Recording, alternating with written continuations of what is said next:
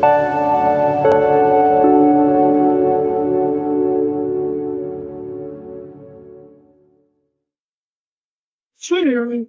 Okay. Hello, everyone. I hope you're all doing great. It's a bit strange to be given a talk without seeing you guys, but I'm fine with it. So yeah, I'm going to talk about the neurobiology of the psychedelic experience. And to understand this, first we need to look at the nervous system and get an understanding of just basic neuroscience, right? So let's start by explaining the neuron. So the nervous system is composed by cells called neurons. So here you have a neuron, and the neuron is composed by three parts. So here we have the body, also called the soma, and here it receives information from other neurons in the form of neurotransmitters. And then we have this long prolongation called the axon. And this part of the neuron is capable of sending an electric current called the action potential that goes from the stomach to the axon terminal, which is the end, this part of the neuron, the axon terminal here. And here, when the action potential reaches the axon terminal, then it fires and it releases a neurotransmitter to another neuron, right? So let's look at how this happens in more detail. So first, we're going to study the action potential. That is the electric current that goes through the axon, right? So first, we're going to zoom in the axon, and please excuse the childlike slide. I promise I'm working on my this skill. So here's the axon, and here is the soma, and here is the axon terminal. So the electric current or action potential will flow in this direction, right? So the axon has some very, very important proteins in its membrane, because these proteins are sensitive to the amount of positive charge inside the neuron. They are called sodium voltage gated channels, okay? So for reasons that we will study shortly, when the amount of positive charge inside the neuron increases past a certain threshold, because these channels are sensitive to the positive charge, the channel changes conformation and forms a pore. And as we said, these channels are selective to sodium. So when they are open, they allow sodium to flow through them. And because the concentration of sodium is much higher in the outside of the cell than in the inside, when these pores open, a lot of sodium enters the cell, making the inside of the cell more positive. This in turn creates more positive charge near the other sodium-gated channel, which makes the channel open, which in turn leads to more positive charge, which makes the next channel open, and like this, happening on and on throughout the channel, we get the action potential in the form of an electric current going down the action potential. Okay.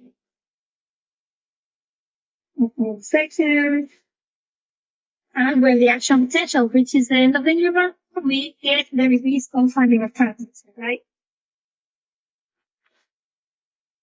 So why does the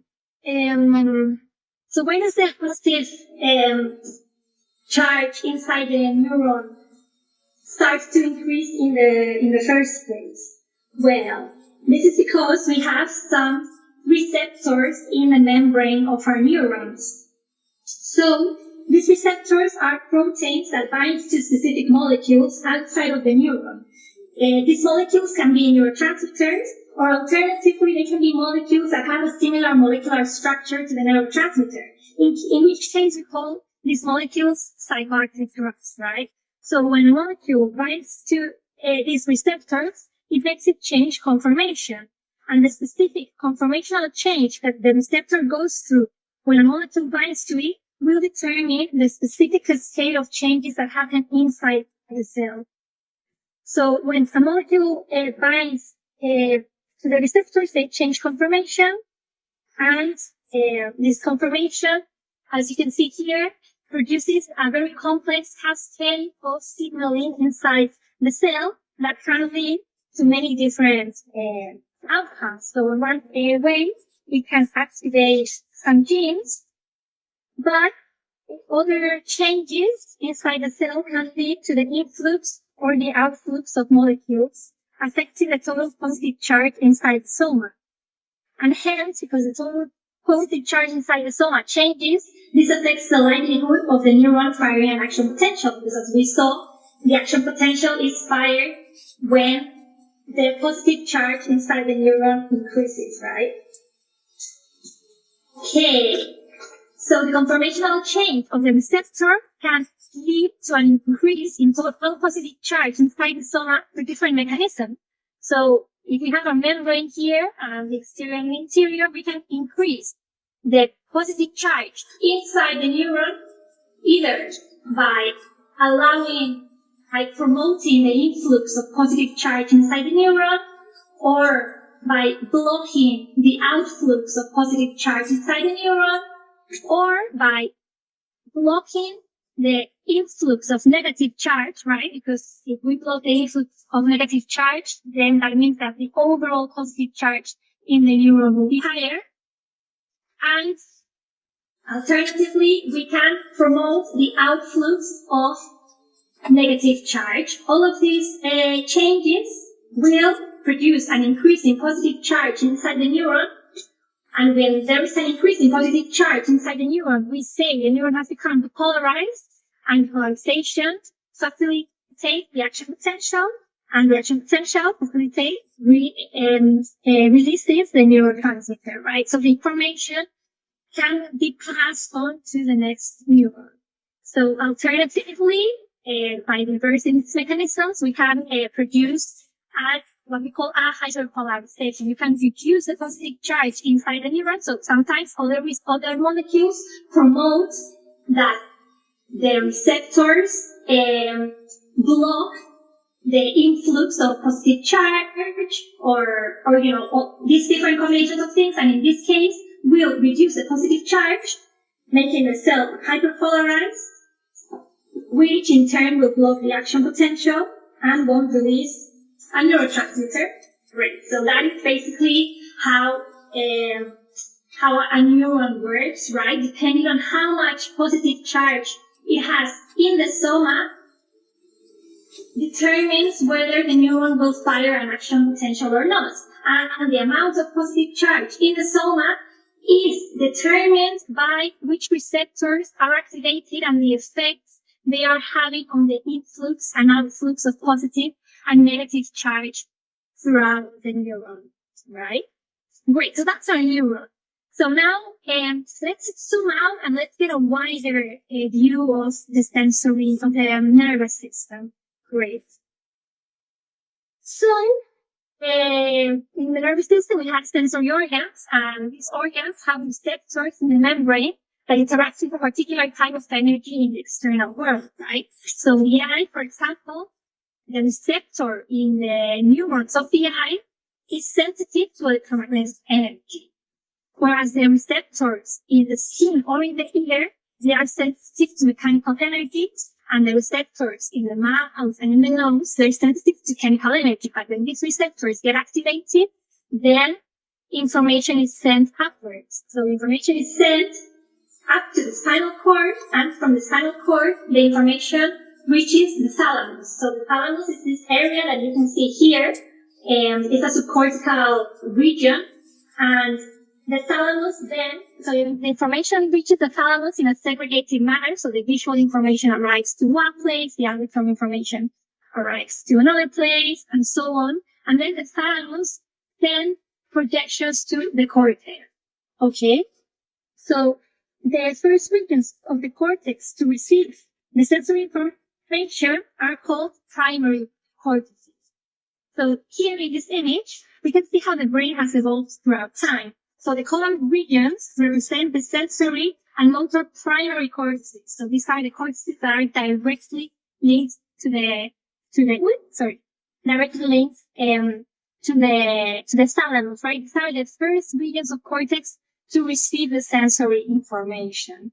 And as you can see, the space between them has grown significantly throughout evolution. So in the human at the top, there's much, much more wider space between the primary cortices.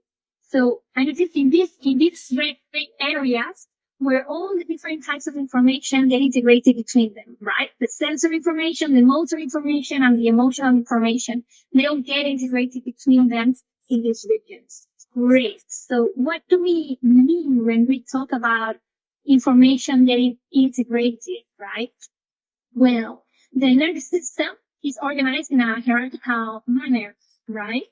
So we have neurons at the lower level sending information to the upper levels. So in the upper levels, information is converging from the lower levels. So for example, this neuron is receiving information from these three neurons. So we can say that this neuron here has an integrated information of the three neurons that make it, right? So that's what we mean by integrated information. And then the integrated representations from one level are then passed on to the next level here, where it's integrated with other information from lower levels, right?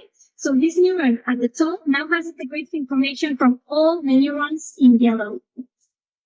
So back to our sensory organs. The sensory organs reach the cortex in a segregated manner, and then in the cortex, different types of information, visual, motor, information from our body in this state, eventually become integrated into one whole.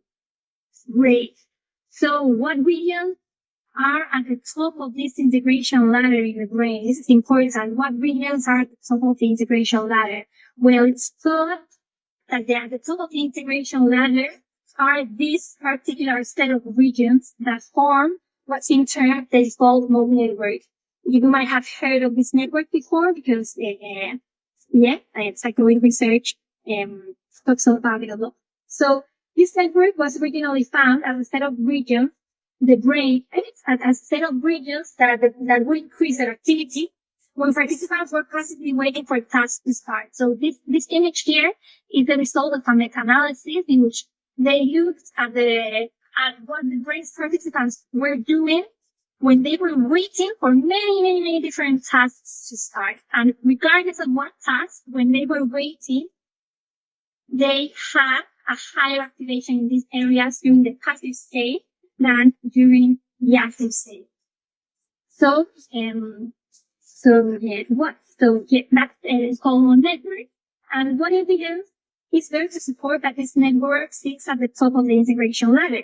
Well, let's see. If we go back to our primary sensory and motor regions, it has been found that the whole network is composed of those regions in the brain that sit at an equidistant point from these regions. So at the top of this image in blue, you can see here in blue, in dark blue, you can see all the primary motor and sensory regions. And at an equidistance from all these primary regions, you get the red dots here, right? So, and these red dots, they are clearly part of the default mode network. So this strongly suggests that the default mode network is at the top of the integration ladder. Further support also comes from the fact that this network is metabolically very active. It still consumes high amounts of energy compared to other regions of the brain, even during tasks when it deactivates.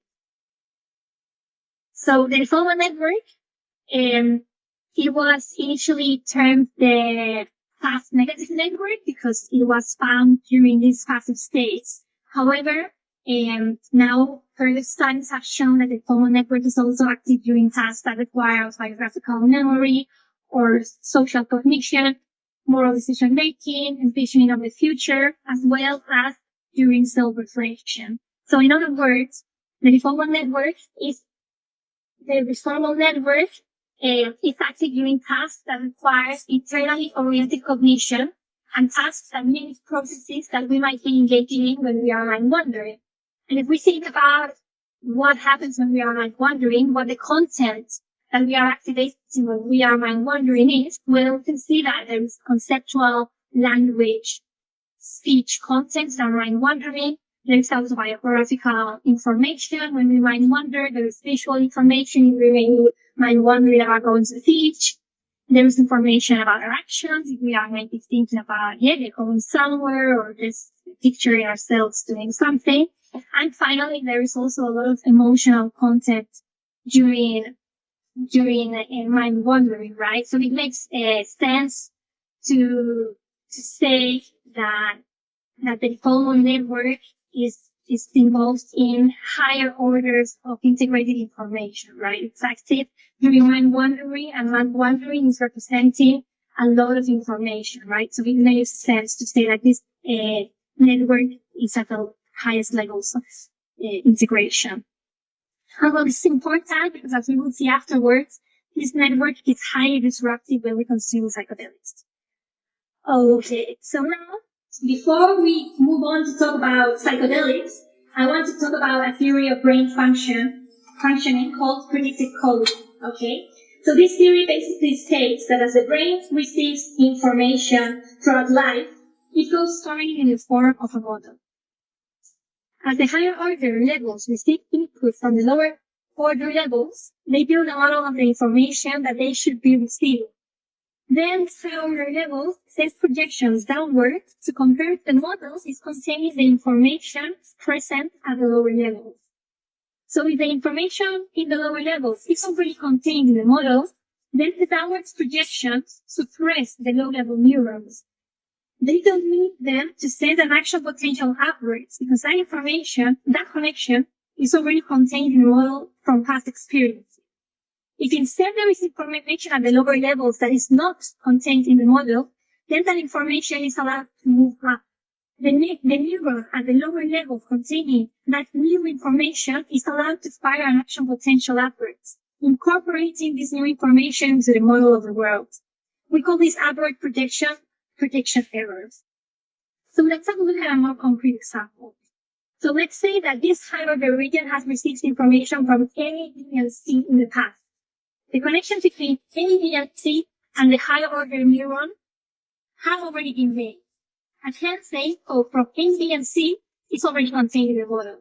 In this case, there is no need for A, B, and C to fire action potentials because that connection, to fire action potential upwards, because that connection is already exists. So the downward projections inhibit the lower level neurons. If, however, the model states that there is a new information in the lower levels, information that is not contained in the model, in this case, information from D, then D is allowed to fire an action potential upwards, making a new connection and hence updating the model. So here we're getting at the way in which the brain constructs the predictive model of reality. Basically, this predictive model is built from the connection strengths sculpted throughout life between different regions of the brain. So let's go to like a very simplified example. If you lived in a world of red triangles, then the higher order regions would have strong connections with the lower level regions that code for both red and for triangles. Those connections are then strong, facilitating a model of the world in which those two stimuli co-occur. The model is predicting that this information will co-occur. Alternatively, if we lived in a world with a lot of blue squares, this would be the model. And lastly, if we lived in a world with both blue squares and red triangles, but with more red triangles than blue squares, then this would be our model in which the width of the connections marks the strength of these connections, right? Great. So now that we understand some important aspects of the brain, let's look at how psychedelics affect the brain. Great. Okay, so we believe that psychedelics occur because psychedelics bind to a serotonin receptor called the 5-HT2A receptor. So why do we think that the psychedelic effect is promoted through this receptor? Well, this is because if you give someone a tangerine, which is a molecule that blocks this receptor, so if you give someone this molecule along with psychedelic, they do not get psychedelic effect. So basically, the tangerine blocks this receptor, psychedelics can't bind to it, and therefore, we get no psychedelic effect, suggesting that this receptor is very involved in producing the psychedelic experience, right? So let's look at where this receptor is localized in the brain. Well, here in red, you get the regions of the brain that have a high distribution of these receptors, and in blue, the regions that have a low distribution, right? The gray areas. So if we go back to our default network, we can see that there is a high distribution of this 5-HT2A receptor in the global network. Okay, so then let's think about what the role of this receptor is under normal circumstances. So what is the behavior of the 5-HT2A receptor when serotonin binds to? Okay, so when the neurons is rested, some potassium channels in the membrane are opened because the concentration of potassium is higher inside the cell than outside the cell.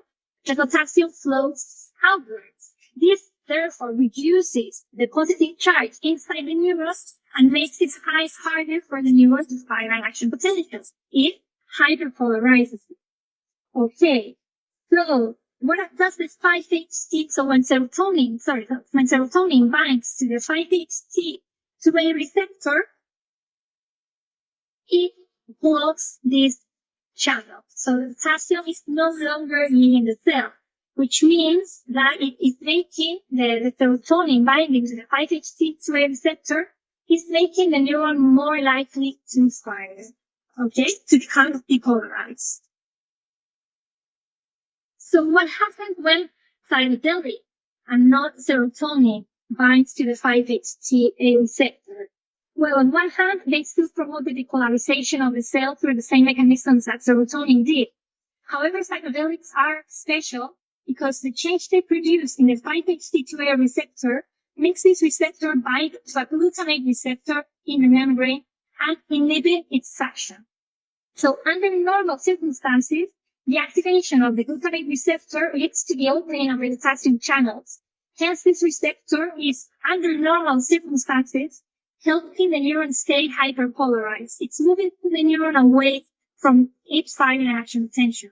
When psychedelics bind to the 5-HT2A receptor, they promote the inhibition of the second receptor, which leads to the closing of the potassium channel.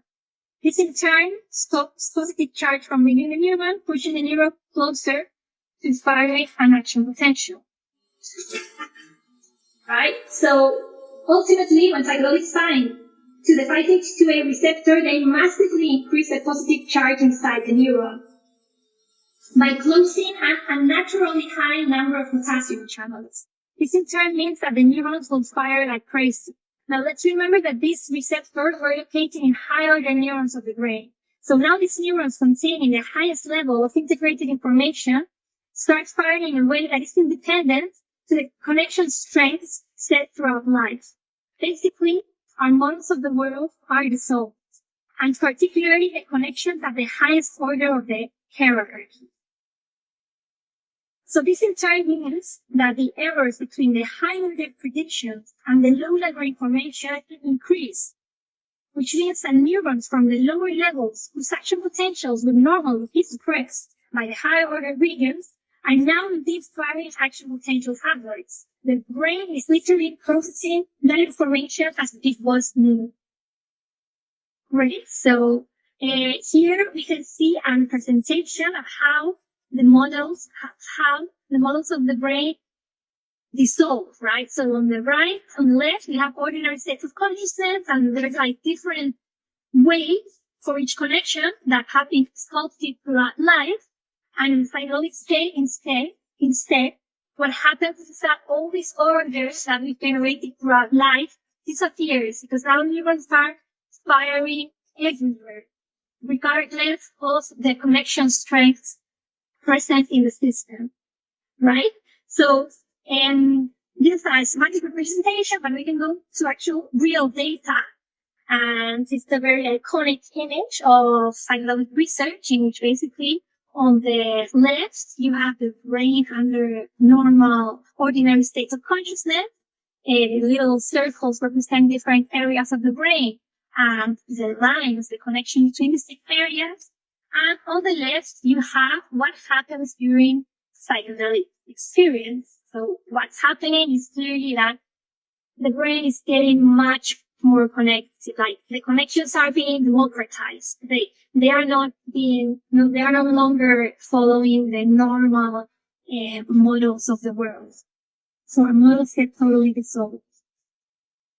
Okay, so we're finished. I hope we're having gone too fast.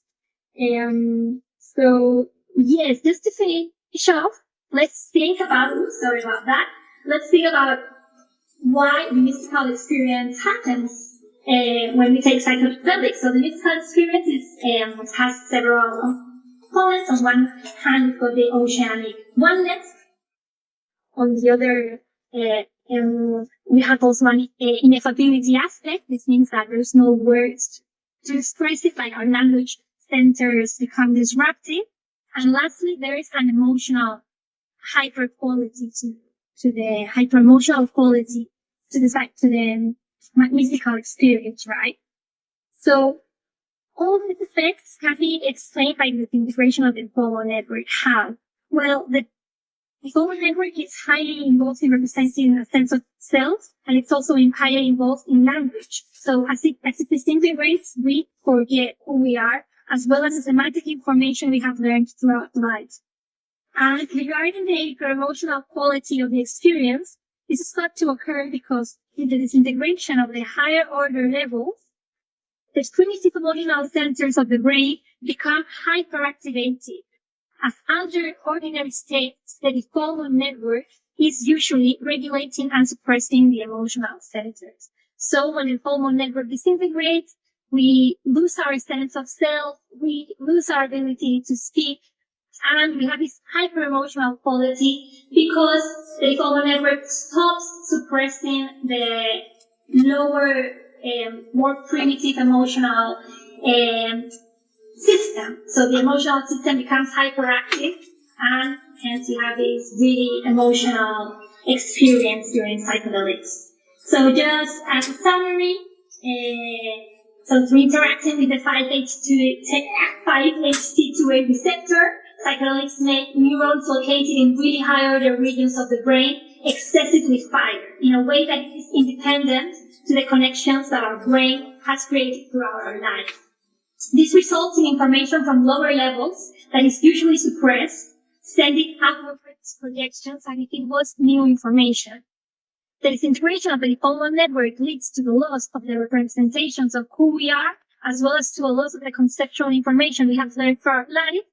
And lastly, the disintegration of the FOMO network leads to a higher activation of the more primitive centers located in the medial temporal lobes, leading to the hyper-emotional quality of the experience. And yeah, that's all. Thank you so much.